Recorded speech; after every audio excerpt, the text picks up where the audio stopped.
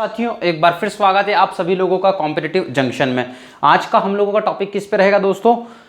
वार्णिक छंद पर। देखो, एमपीएसआई हो या जेल प्रहरी हो, इनमें वार्णिक छंद हमारे सिलेबस में नहीं है, लेकिन दोस्तों आगे क्या होगा इसके बारे में हमको कोई जानकारी नहीं है। रीजन इसके पीछे का ये, जैसे पुरानी एग्जाम हुई है उसमें तो वार्णिक छंद क्या हुआ, वार्णिक छंद से सिर्फ कुछ एक वार्णिक छंद से क्वेश्चन बने हैं, है ना, डीप में नहीं गया है। तो हम लोग भी इतना ज़्यादा डीप में नहीं जाएंगे, लेकिन आपको एक अंडरस्टैंडिंग हो जाए वार्णिक छंद के बारे में, उतना मैं आप लोगों को पढ़ा दूंगा।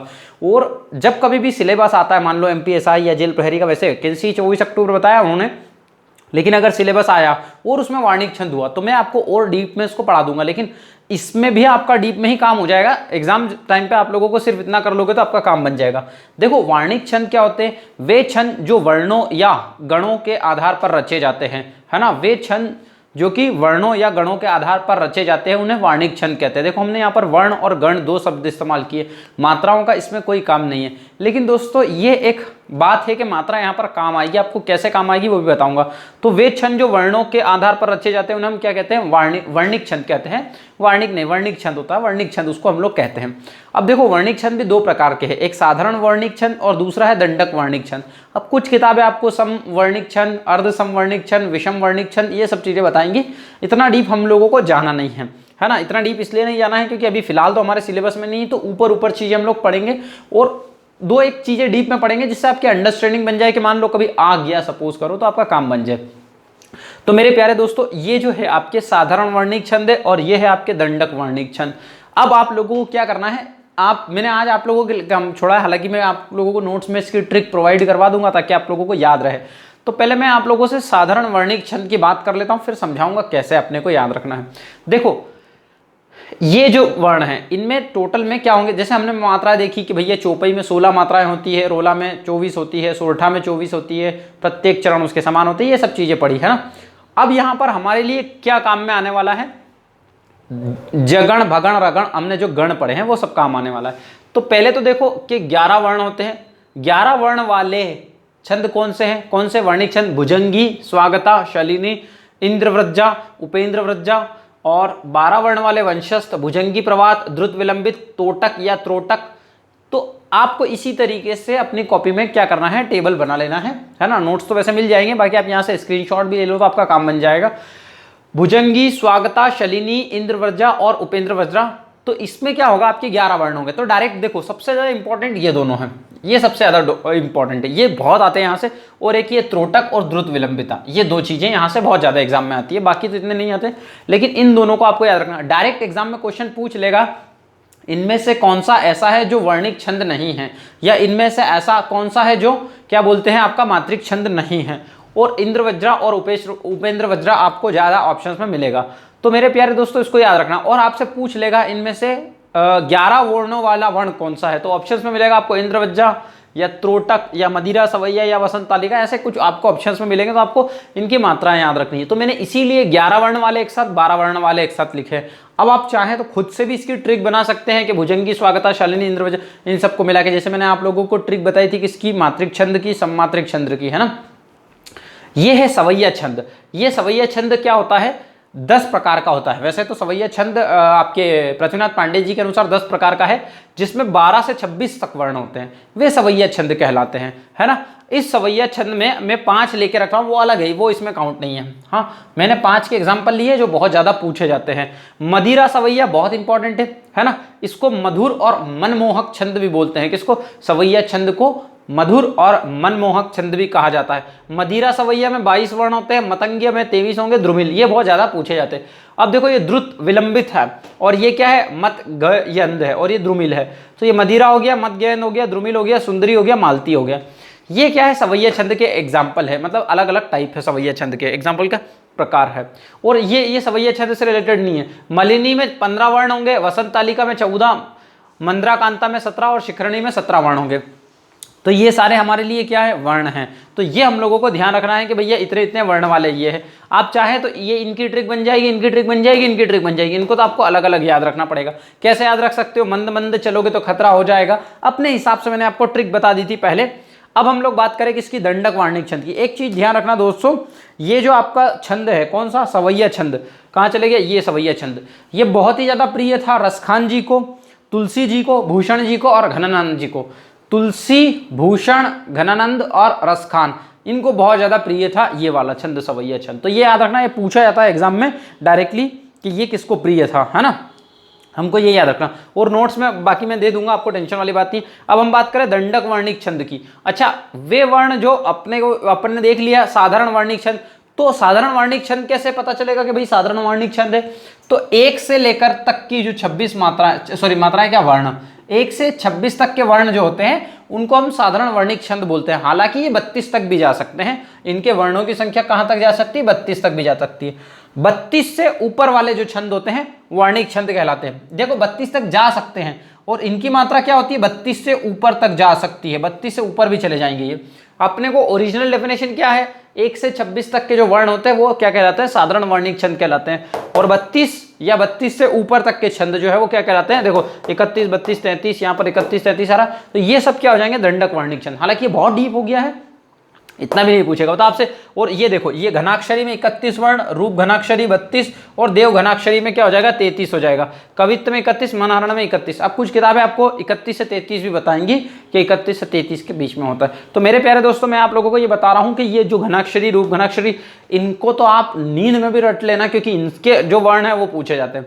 देखो घनाक्षरी में 31 है, रूप किसका सुंदर है, तो भैया हर किसी को अपने आप, हर कोई व्यक्ति सुंदर लगता है। जैसे देखो मेरा भी चेहरा बहुत ज्यादा इसमें आजकल क्या पता लाइट की वजह से काला आ रहा है, लेकिन मैं अपने आप को कांच में देखता हूँ तो यार इतना तो काला नहीं दिखता मैं, तो मैं अपने आप को क्या बोल रहा हूँ कि मेरा रूप तो ठीक ठाक है यार, तो 32 दे रहा हूँ मैं अपने आप को सही में, है ना। तो देव घनाक्षरी और 33, तो ऐसे करके आप याद रख लो कि देवता लोग एक और बढ़ गए, इस तरीके से कैसे भी करके याद रख लो।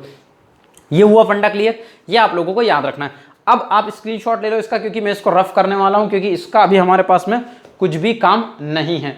अब इसका हमारे पास में कुछ भी काम नहीं है। डस्टर, ये रहा डस्टर, सॉरी दोस्तों, डस्टर भी हमारा कहाँ चले जाता है। ये लो भैया, ये लो, हमारा यहाँ से रफ कर दिया हमने ये सब चीज़ें, है ना। तो ये 32 वाला और ये सब चीज़ें याद रह गई आप लोगों को। अब इसको रफ करने के पीछे क्या रीज़न है, देखो अब आप लोगों को एक चीज़ समझना है। क्या समझना है आपको, गण को समझना है। गण कितने प्रकार के होते हैं, 8 प्रकार के, मैंने बता दिया था आपको। इसके लिए एक फॉर्मूला बताया गया था, य माता राजभान सलगा। ठीक है, आज थोड़ा धीरे चल रहा हूं, देखता हूं धीरे चल के क्या होता है। तो अंत के जो होता है ये लघु हो जाएगा, ये गुरु हो जाएगा, और इनको अंतिम रूप से अपन क्या कहते हैं, दशाक्षर कहते हैं, है ना। अब मेरी बात ध्यान से सुनना, आप क्या होगा, 3 वर्णों का समूह गण कहलाता है, और 3 वर्णों से हम लोग क्या बनाते हैं, गण बनाते हैं। तो जैसे मैंने लिखा, मान लो यहाँ पर य माता, तो ये 3 वर्ण हो गए।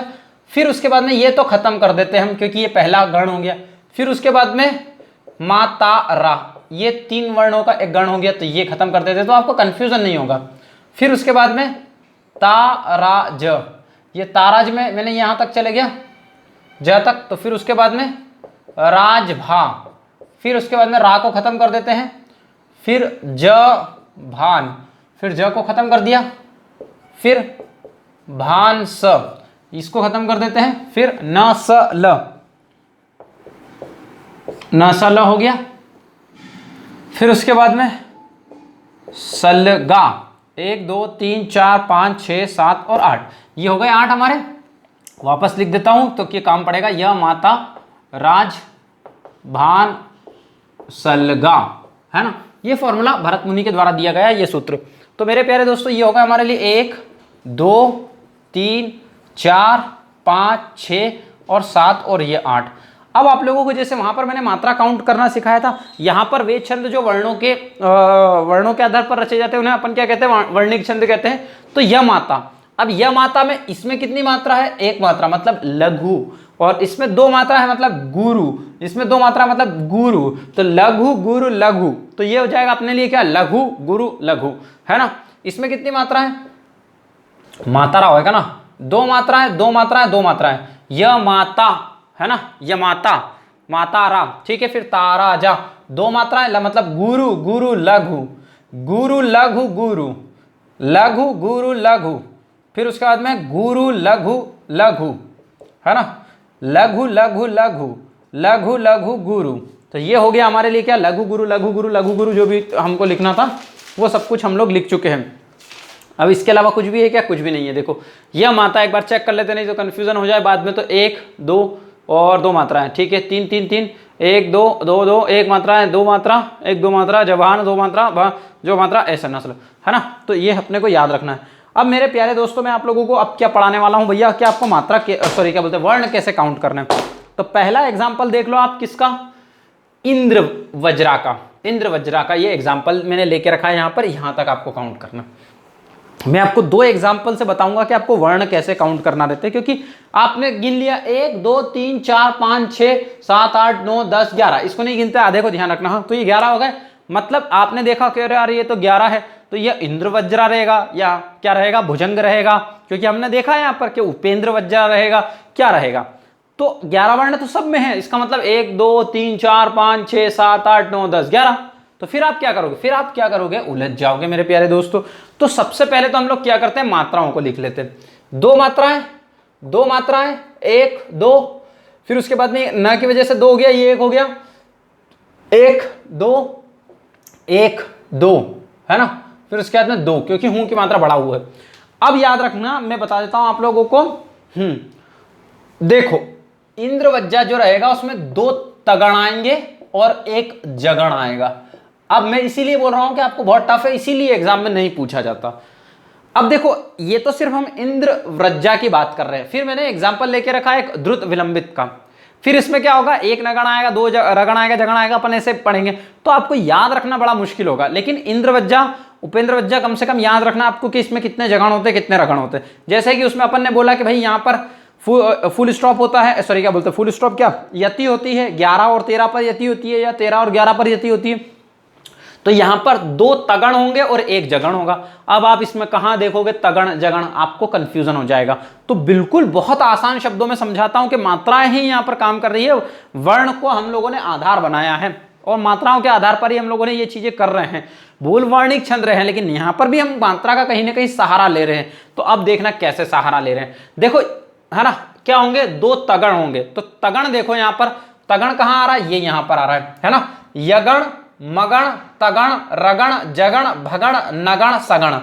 मैंने ऐसे ही बताया था आपको, यमाता राजभंसल का मतलब यगण मगण तगण रगण जगण भगण नगण सगण, सॉरी। फिर उसके बाद में एक बार और देख लो, यगण मगण तगण रगण जगण भगण नगण, हो गया कंप्लीट, ठीक है। तो ये चीजें हम लोगों को याद रखनी। अब पहले क्या बोल रहा है कि 2 तगण होंगे, 2 तगण होंगे, मतलब यहां पर डबल एस एक, तो भैया 3 वर्णों से मिलकर बना हुआ था, तो ये बन गया हमारा क्या, तगण। फिर 2 डबल एस, मतलब ये बन गया हमारा तगण। तो 2 तगण और 1 क्या होगा, जगण होगा। तो ये बन गया हमारा क्या, जगण। कहां चले गए, ये जगण। जगण मतलब लघु गुरु लघु, तो ये हमारे लिए बन गया क्या, लघु गुरु लघु। तो बन गया क्या, लघु गुरु लघु, बना कि नहीं, लघु गुरु लघु, ये 3 वर्णों का बन गया। तो भाई ये तो ये क्या हो गया, ये एक सेटिस्फेक्शन हो गया कि भैया 2 तगण हो गए, सॉरी 1 तगण हो, 2 तगण, हाँ 2 तगण हो गए और 1 क्या हो गया, जगण हो गया। और अंत में हमेशा क्या होता है, गुरु गुरु होता है, अंत में गुरु आएगा हमेशा, ये आपको ध्यान रखना है, ये इसका रूल है। फिर यहां पर 2 मात्राएं लगा दी, 2 मात्राएं लगा दी, 1 2, फिर उसके बाद में हम लोगों ने क्या लगा दिया, 2 1 1, फिर 1 1, फिर उसके बाद में क्या हो गया, 2 हो गया, फिर उसके बाद में क्या हो गया, 2 हो गया। तो भैया ये 2 क्या हो गए, तगण हो गए। फिर उसके बाद में 2 क्या हो गए, तगण हो गए। देखो प्यारे दोस्तों, 2 तगण हो गए, 2 तगण यहां पर भी है, यहां पर क्या हो गया, फिर 1 जगण हो गया। अब 1 जगण यहां पर क्यों नहीं हुआ, देखो क्या, त्र किससे मिलके बना हुआ होता है, त प्लस र से, मतलब 2 आएगा। फिर ठीक है, आई कहां चले गया वो, 1 मिनट, क्या गड़बड़ हो गया, 2 2 1 2 2 1, फिर आई एस, जगण रहेगा ना, 3 मात्राएं 3 मात्राएं, फिर 1 जगण में आई एस आई आएगा, है ना। 1 मिनट, कुछ कंफ्यूजन तो नहीं है, मुझे देख लेने दो मात्रा। देखो यहाँ पर समस्या वही आएगी कि इंसान अगर मात्रा लगाएगा ना, गलत लगा देगा ना, तो दिक्कत हो जाएगी। क्या लिया है मैंने, कौन सा एग्जाम्पल लिया है, इसी का एग्जाम्पल लिया है ना, SSI। फिर उसके बाद में क्या है, भाता मुझे सो नया ग्रंथ, भाता मुझे सो मैं जो नया ग्रंथ विलोकता हूं, भाता मुझे सो, भाता मुझे सो नौ मित्र साहेब, भाता मुझे सो है नौ मित्र साहेब, बिल्कुल सही है, कोई दिक्कत नहीं है दोस्तों। 1 1 1 1 न तक जा रहा ना, 1, फिर उसके बाद में 1 है और मित्र 2 है, ठीक है, अब देखो ध्यान से सुनना, क्या मैटर हो गया, ये गड़बड़ हो गया, इस तरह की वजह से ये बड़ा होगा, सॉरी गड़बड़ हो गया, इस तरह की वजह से ये बड़ा हो जाएगा, है ना। ये हम लोगों को ध्यान रखना है। तरह वाले में एक मिस्टेक हुई है शायद, फिर पुराने वाले में अगर ऐसा कुछ आ रहा हो तो उसका ध्यान रखना, है ना। इस तरह में त प्लस र से मिलकर बनाओ, तो इस तरह की वजह से ये मित्र क्या हो गया, ये एक रूल है, ये कुछ अपवाद होते हैं जो आप लोगों को याद रखना पड़ेंगे। तो ये हमारे लिए क्या हो गया, एक जगण बन गया, एक जगण बन गया, और अंत में क्या हो गया, दो गुरु गुरु हो गए। तो देखूं मैं उसे नितसार वाला, यहां पर भी क्या हो रहा है, देखो दो गुरु गुरु आ रहे हैं, दो गुरु गुरु आ रहे हैं, तो अपना काम बन गया। मतलब ये क्या हो गया हमारे लिए, इंद्र वज्रा हो गया। इसको मैं हटा देता हूं। देखो मैं फिर बता रहा हूं आप लोगों को कि अगर कहीं पर भी मात्रा मिस्टेक या कुछ भी मिस्टेक हो गया ना, तो काम खत्म हो जाता है किसका, छंद का। अब हम लोग बात करें किसकी, द्रुत विलंबित की बात करें।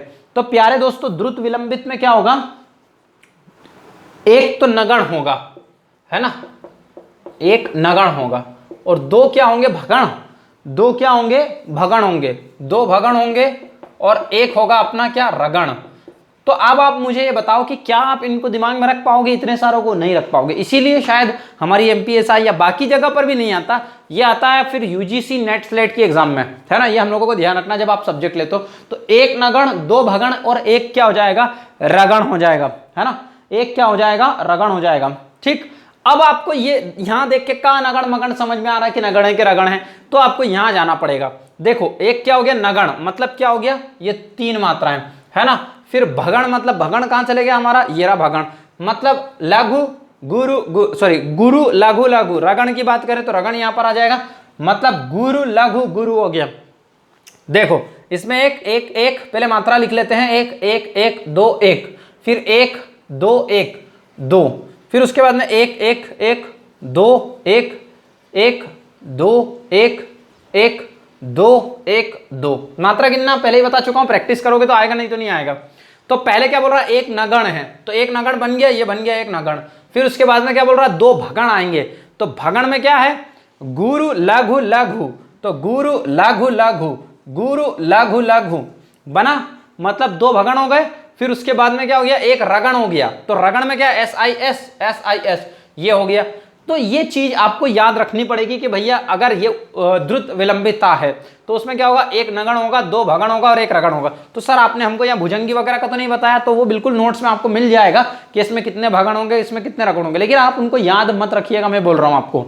इंद्र वज्रा और ये द्रुत विलंबित याद रख लेना, और एक उपेंद्र वज्रा याद रख लेना, बस इसे याद मत याद रखना। और वो घनाक्षरी वाले वर्ण याद रखना, ये भले ही मत याद रखना कि इसमें कितने रगण होते हैं, किसमें भगण होते हैं वगैरह। फिर जैसे ही हमारा नोटिफिकेशन आएगा और उसमें सिलेबस में हम लोग देखेंगे, अगर है तो आगे बढ़ेंगे, नहीं तो कोई मतलब नहीं। तो ये हमारे लिए क्या हो गया, लघु लघु लघु, गुरु लघु लघु, गुरु लघु लघु, और ये बन गया हमारे लिए। तो ये क्या हो गया हमारे लिए। और इसमें कितने वर्ण हो रहे हैं भैया, देखो 12 हो रहे होंगे इसमें, 3 4 4 8 8 2 10 और 10 और 2 12, 3 हो गया, 3 और 4 4 दूना 8 4 3 12 वर्ण होंगे किसमें, आपके द्रुत विलंबिता में। 12 वर्ण में आएगा द्रुत विलंबिता। तो ये मैंने आप लोगों को समझा दिया है, दो एग्जाम्पल देके कि दिवस का अवसान समीप था, गगन था कुछ लोभित हो चला।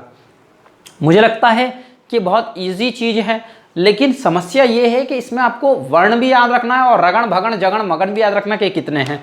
तो आप लोग समझदार हैं, आप लोगों को एग्जाम निकालना है कि कहाँ से कितना पढ़ना, वो आना चाहिए।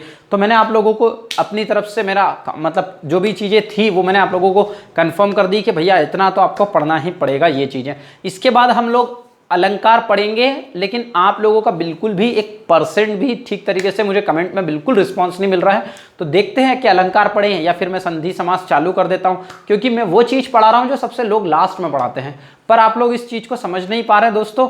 लेकिन फिर भी मैं आप लोगों से निवेदन करता हूँ कि ज़्यादा से ज़्यादा शेयर करते रहिए। बहुत कुछ आप लोगों को मिलने वाला है इस चैनल पर, पीएससी हो चाहे कोई भी एग्जाम हो, पीएससी की भी मैं चालू करने वाला हूं बैच। जय हिंद, मिलते हैं नेक्स्ट लेक्चर में। सभी लोग प्यार बनाए रखें, शेयर करते रहें और ज़्यादा से ज़्यादा शेयर करें। जितने भी आप लोगों के मित्र हैं